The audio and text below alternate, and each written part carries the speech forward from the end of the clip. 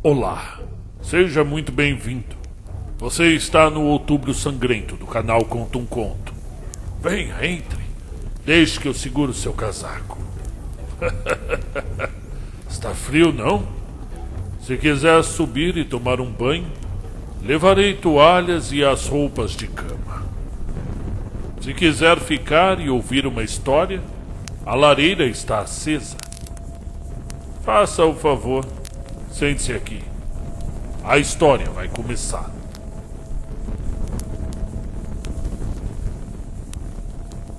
Conta um Conto apresenta de Humberto de Campos O Monstro. Narração Marcelo Fávaro. Pelas margens sagradas do Eufrates, que fugia então sem espuma e sem ondas, caminhavam na infância maravilhosa da terra, a dor e a morte. Eram dois espectros longos e vagos, sem forma definida, cujos pés não deixavam traços na areia. De onde vinham nem elas próprias sabiam. Guardavam silêncio e marchavam sem ruído, olhando as coisas recém-criadas. Foi isto no 6º dia da criação. Com o focinho mergulhado no rio, hipopótamos descomunais contemplavam parados a sua sombra enorme, tremulamente refletida nas águas. Leões fulvos, de jubas tão grandes que pareciam de longe estranhas frondes de árvores louras, estendiam a cabeça redonda, perscrutando o deserto. Para o interior da terra, onde o solo começava a cobrir-se de verde, velando a sua nudez com um leve manto de relva moça que os primeiros botões enfeitavam, fervilhava um mundo de seres novos, assustados ainda com a surpresa miraculosa da vida.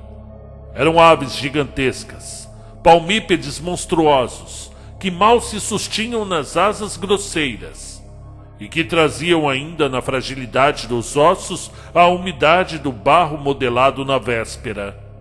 Algumas marchavam aos saltos, o arcabouço à mostra, mal vestidas pela penugem nascente. Outras se aninhavam já nas moitas sem espinhos, nos primeiros cuidados da primeira procriação. Batráquios de dorso esverdeado porejando água fitavam mudos com os largos olhos fosforescentes e interrogativos a fila cinzenta dos outeiros longínquos, que pareciam, à distância, à sua brutalidade virgem, uma possessão silenciosa, contínua, infinita, de batráquios maiores. Aurochs taciturnos, sacudindo a cabeça brutal em que se enrolavam encharcadas e gotejantes braçadas de ervas dos charcos, desafiavam-se, urrando com as patas enfiadas na terra mole. O rebanho monstruoso de um gigante que os perdera, os elefantes pastavam em bando, colhendo com a tromba como ramalhetes verdes moitas de arbustos frescos.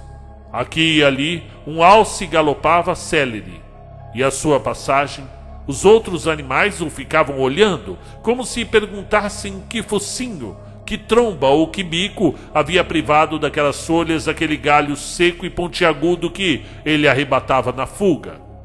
Os ursos primitivos lambiam as patas, monotonamente, e quando um pássaro mais ligeiro cortava o ar, num vôo rápido, havia como uma interrogação inocente naqueles olhos ingênuos de todos os brutos. Em passo triste, a dor e a morte caminham, olhando sem interesse as maravilhas da criação. Raramente marcham lado a lado. A dor sempre vai à frente, ora mais vagarosa, ora mais apressada. A outra, sempre no mesmo ritmo, não se adianta, nem se atrasa, adivinhando de longe a marcha dos dois duendes.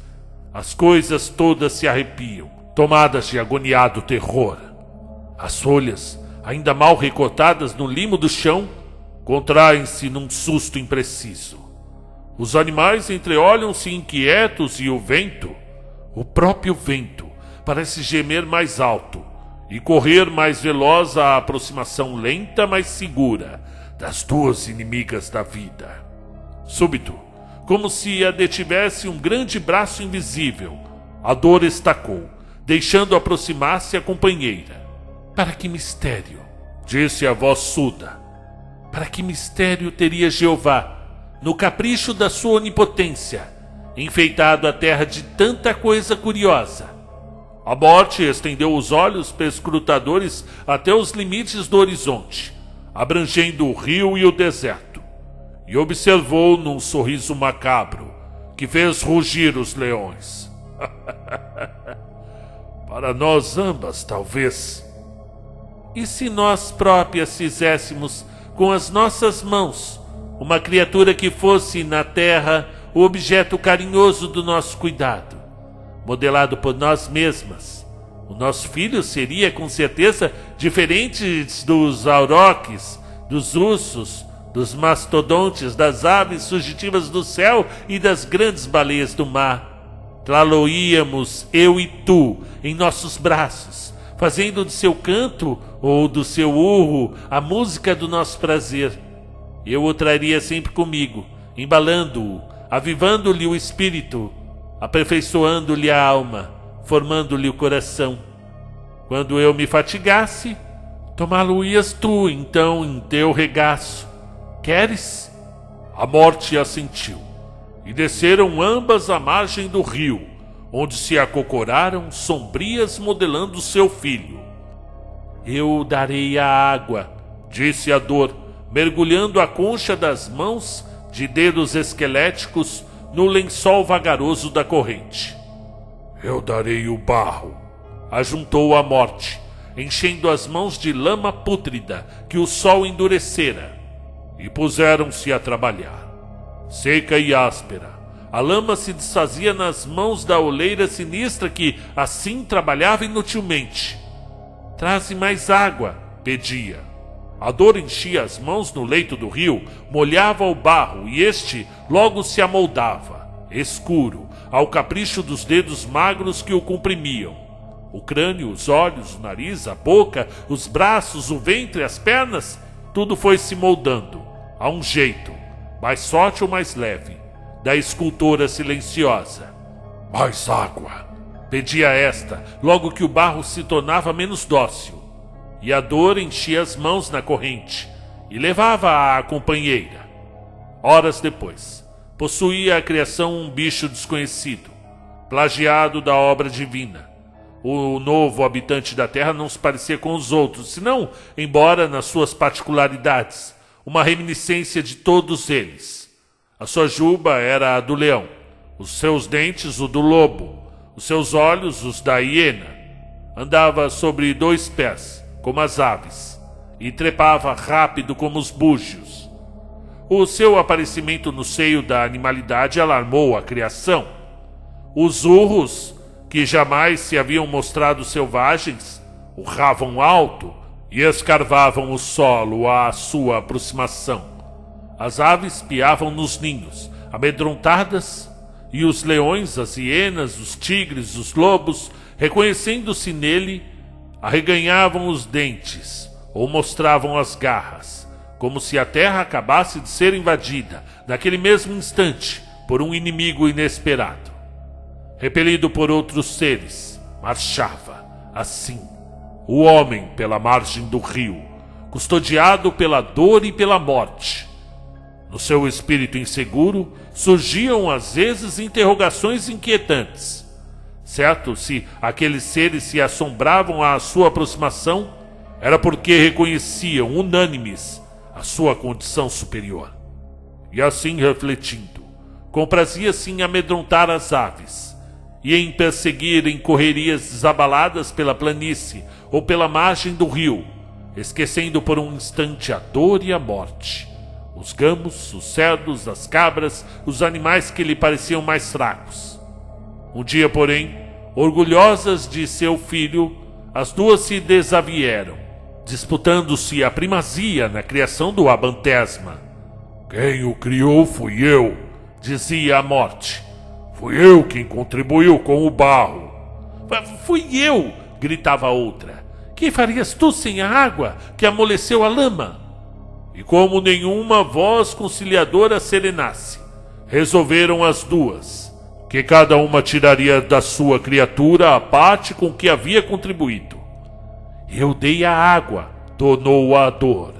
Eu dei o barro, insistiu a morte. Abrindo os braços, a dor lançou-se contra o monstro, apertando-o violentamente com as tenazes das mãos. A água que o corpo continha subiu, de repente, aos olhos do homem e começou a cair, gota a gota. Quando não havia mais água que espremer, a dor se foi embora. A morte aproximou-se, então, do monte de lama, tomou-o nos ombros e partiu. Humberto de Campos.